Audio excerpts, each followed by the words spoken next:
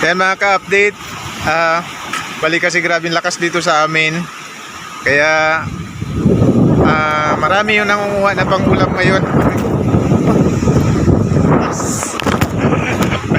Lakas. Okay. Ayan. Wala daw ulam kasi nga malakas. Malakas din yung hangin. Marami nakuha. Marami po. Malakas talaga na hangin. Ayan. Hindi na po makalapat yung mga tao dito kaya nagkakailan. Ayan. Ito, dami rin, no? Kalutangan lang? Opo. Ito po. Saan? Ito po, ang dami. Dami. Dati pa natin si Ani. Dito. Meron na? Doon sa taas ba? Doon sa inaagusan. Meron din? Oo, madami na. Siyempre yung kagandahan dito sa amin. Kasi nga, lakas oh. Tingnan nyo. Lakas yung alon. Lakas yung hangin. Hindi makapaglambat. Pero dito lang. Ayan o, dyan sila. Libre ulam na. Kakay-kayin lang. Dito sa aming dalampasigan. Pero dito po ito sa Palawan.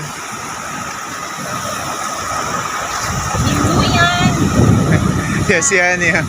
Nakakaputi na lang kasi maulan. Despite na maulan ang panahon, mahirap maghanap buhay, mahirap maghanap ng ulam.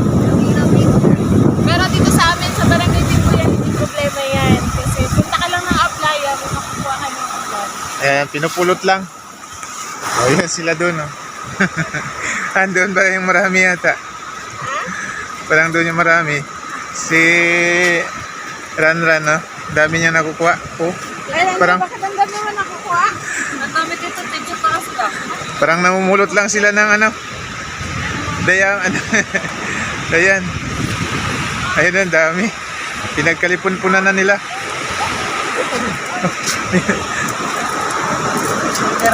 Ayun na, uwi. Ito po, dito. Madilim na. Oo, binibigay na lang. Marami na po kasi.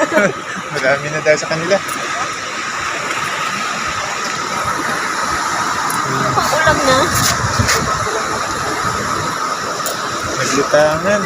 Ito po, yung nakaganto po. Ito po, teacher may nakaganto po. Ay, bakit hindi ko nakita? Pati ito po. Ano ko nga? Ay, hindi ba pala? Nasobrahan ata. Ito po, yung nakaganto po. Ito po. Ito? Apo.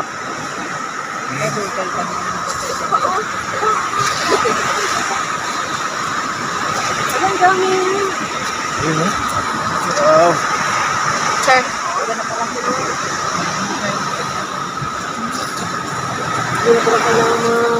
Ang ano lang ah. Tego sa kanila daw, tagdala silang flashlight. Kaya may flashlight kami doon, bagong charge yun. Ang dami na. Patingin daw? Oh. Sino ako makaano? Ang lawak.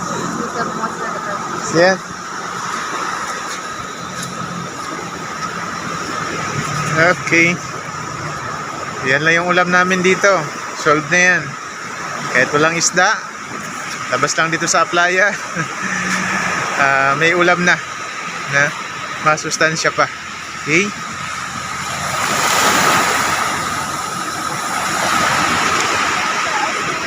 Medyo makulimlim na ay ano, medyo madilim na. Pasado na alas 6 ito. Kaya ano, willing-willy sila sa pagdampot. Kasi nga masarap na ulam ito. Kaya thank you mga ka-update sa panonood at support ako na gusto nyo po yung video na to, paki-like and share na lang po. Thank you very much. Pa-subscribe na rin po sa aming YouTube channel. Okay? Thank you and God bless po.